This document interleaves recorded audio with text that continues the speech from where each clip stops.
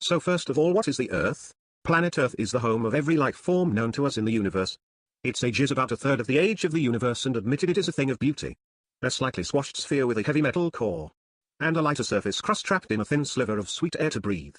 With vast oceans, fertile plains, magnificent mountains, freshwater rivers, streams, lakes and aquifers orbiting a star which warms us and gives us energy. At this point people have been studying the impacts that humans have had on their world around us for solid 50 years, and while it's hard to get a handle on exactly how the choices we make every day affect the environment, there's no question that our lifestyles, our cars, of all kinds of plastic stuff, are putting the hurt on ecosystems all over the world. Human activity all by itself, just people doing what they do, could be responsible for the extinction of nearly 1,000 plant and animal species to date.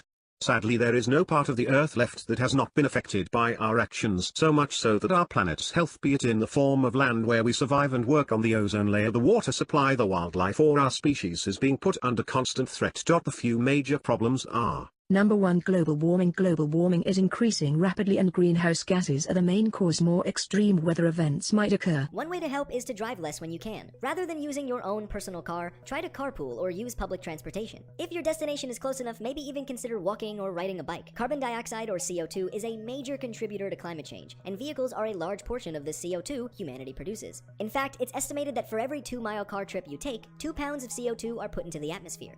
Number 2. Air pollution, which is the most prominent and dangerous effect on the Earth, which is harming us every day.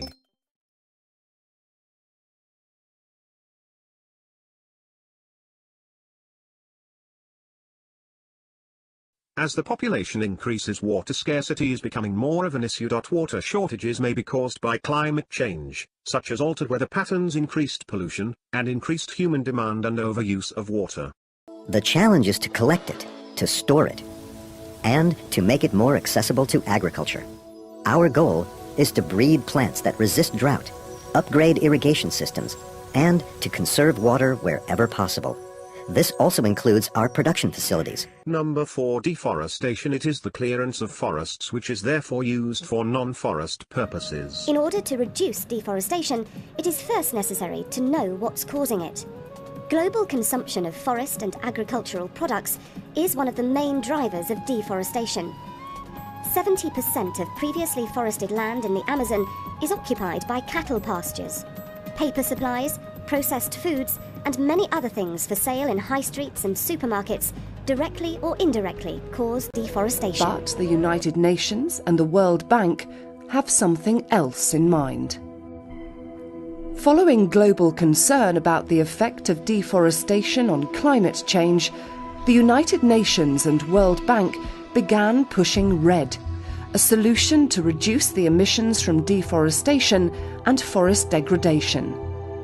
The present focus of REDD is to get money for forest protection by quantifying emissions reductions from not cutting down forests, and then selling forest carbon credits on a carbon market. Polluting companies or industrial countries who need to reduce their greenhouse gas emissions will then buy these credits so they can continue emitting